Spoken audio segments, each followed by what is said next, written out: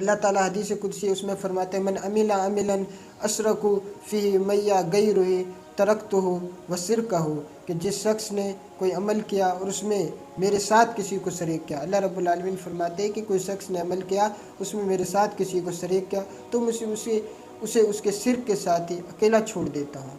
तो ये एक बड़ी ख़तरनाक चीज़ है। इंसान को इस चीज़ पर गौर करना चाहिए कि वो अपने रब के साथ किसी को शरीक ना करे।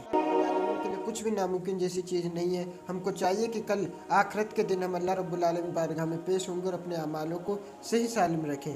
जैसे कि अल्लाह रब्बुल आलमीन फरमाता है, और एक बड़ी बेहतरीन मिसाल है जिन लोगों का दिल इस चीज़ को नहीं मानता है, और ख़ास करके नॉन मुस्लिम लोग हैं जो कि हम मरने के बाद भी उठाए जाएंगे। अल्लाह रब्बुल आलमीन इसकी बड़ी बेहतरीन मिसाल देता है सूरह नंबर 50 की आयत नंबर 11 में, रिज़्क़न लिल इबादी व अहयैना बिही बलादतिन मैता, के बंदों को की रोज़ी के लिए हमने जिस तरीके से पानी से मुर्दा शहर को, यानी कि पानी से जिस तरीके से फसल निकलती है अल्लाह रब्बुल आलमीन जिंदा कर देता है जो बीज से, उस तरीके से अल्लाह रब्बुल आलमीन फरमाना है कज़ालिकल खुरूज, कि इसी तरह हम कब्रों से तुमको निकालेंगे। जिस तरीके से एक पेड़ को वो मुर्दा रहता है बीज से, उस तरीके से हम एक पेड़ को निकाल देते हैं बंदों की रोज़ी के लिए, इस तरीके से हम बंदों को कल आखिरत के दिन कब्रों से निकालेंगे। नमाज को छोड़ना एक बहुत बड़ा जुल्म है। जो शख्स नमाज को छोड़ता है उस शख्स को नबी सल्लल्लाहु अलैहि वसल्लम के अल्फाज पर गौर कर लेना चाहिए। नबी सल्लल्लाहु अलैहि वसल्लम फरमाते अल हुदूद लज़ीना बैनना व बैनहुमुस सलातु फमन तरकहा फ़क़द कफ़र,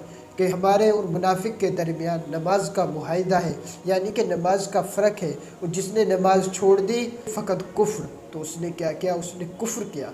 तो नाज़रीन कितनी ख़तरनाक चीज़ है ये कि आप कुफ्र कर रहे हैं अगर नमाज़ छोड़ रहे हैं। इसी तरीके से एक हदीस में ये भी मिलता है कि नबी सल्लल्लाहु अलैहि वसल्लम ने फरमाया तर्कुस सलात शिर्क, नमाज का छोड़ना क्या है, शिर्क है नमाज का छोड़ना। तो नमाज को बहरहाल किसी भी सूरत में नमाज माफ़ नहीं है। अगर आप बीमार हैं, आप पे खड़ा नहीं हुआ जाता, आपके पास बैठा नहीं जाता, तो आप फिर भी इशारे से नमाज पढ़ें।